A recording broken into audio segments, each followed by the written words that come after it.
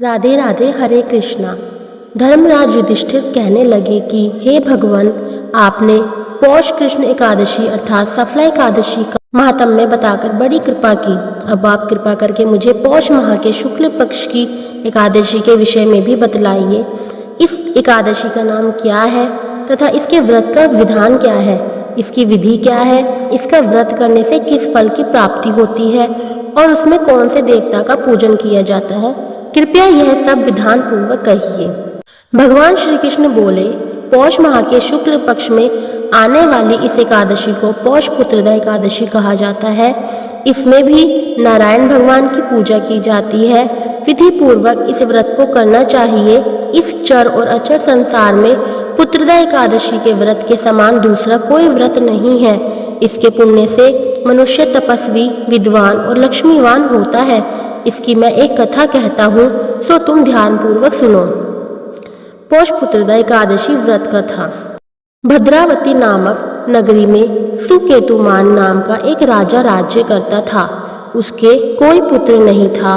उसकी स्त्री का नाम शैव्या था। वह निपुत्री होने के कारण सदैव चिंतित रहा करती थी। राजा के पितर भी रो रो कर पिंड लिया करते थे और सोचा करते थे कि इसके बाद हमको कौन पिंड देगा।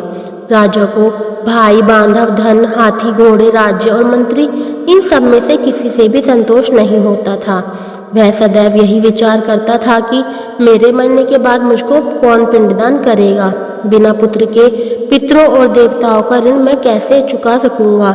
जिस घर में पुत्र ना हो उस घर में सदैव अंधेरा ही रहता है। इसलिए पुत्र उत्पत्ति के लिए प्रयत्न करना चाहिए।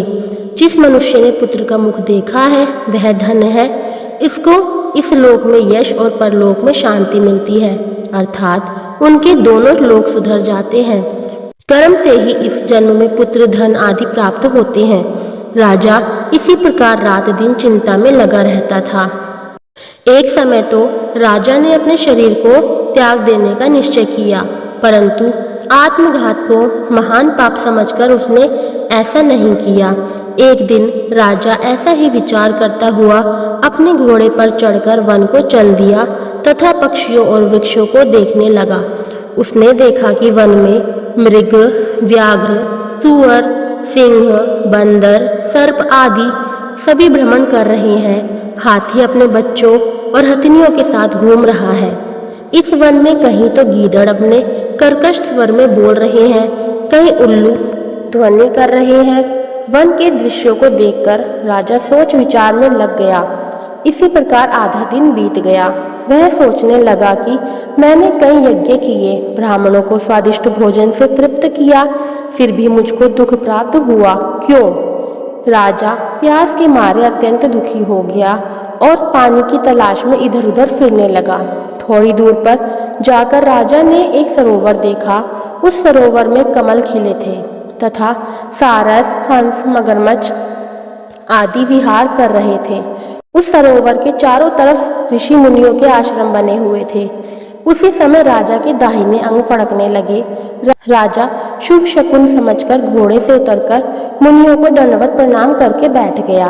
राजा को देखकर मुनियों ने कहा, हे राजन, अब हम तुमसे अत्यंत प्रसन्न हैं। तुम्हारी क्या इच्छा है सो कहो। राजा ने पूछा, महाराज, आप कौन हैं और किस लिए यहाँ आए हैं, कृपया मुझे बतलाइए। मुनि कहने लगे कि हे राजन, आज संतान देने वाली पुत्रदा एकादशी है। हम लोग विश्व देव हैं और इस सरोवर में स्नान करने के लिए आए हैं। यह सुनकर राजा कहने लगा कि महाराज, मेरे भी कोई संतान नहीं है। यदि आप मुझ पर प्रसन्न हैं तो एक पुत्र का वरदान दीजिए। मुनि बोले, हे राजन, आज पुत्रदा एकादशी है, आप अवश्य ही इसका व्रत करें। भगवान की कृपा से अवश्य ही आपके घर में पुत्र होगा। मुनि के वचनों को सुनकर राजा ने उसी दिन एकादशी का व्रत किया और द्वादशी को उसका पारण किया। इसके पश्चात मुनियों को प्रणाम करके महल में वापस आ गया। कुछ समय बीतने के बाद रानी ने गर्भ धारण किया और 9 महीने के पश्चात उनके एक पुत्र हुआ। वह राजकुमार अत्यंत शूरवीर, यशस्वी और प्रजापालक हुआ। श्री कृष्ण बोले, हे राजन, पुत्र की प्राप्ति के लिए पुत्रदा एकादशी का व्रत करना चाहिए। जो मनुष्य इस महात्म्य को पढ़ता या सुनता है उसे अंत में स्वर्ग की प्राप्ति होती है। आपको हमारी वीडियो अच्छी लगी तो कृपया लाइक, शेयर एंड कमेंट जरूर कीजिएगा। अगर आप हमारे चैनल पर नए हैं तो चैनल को सब्सक्राइब करना ना भूलें तथा बेल आइकन जरूर दबाएं। सभी को राधे राधे।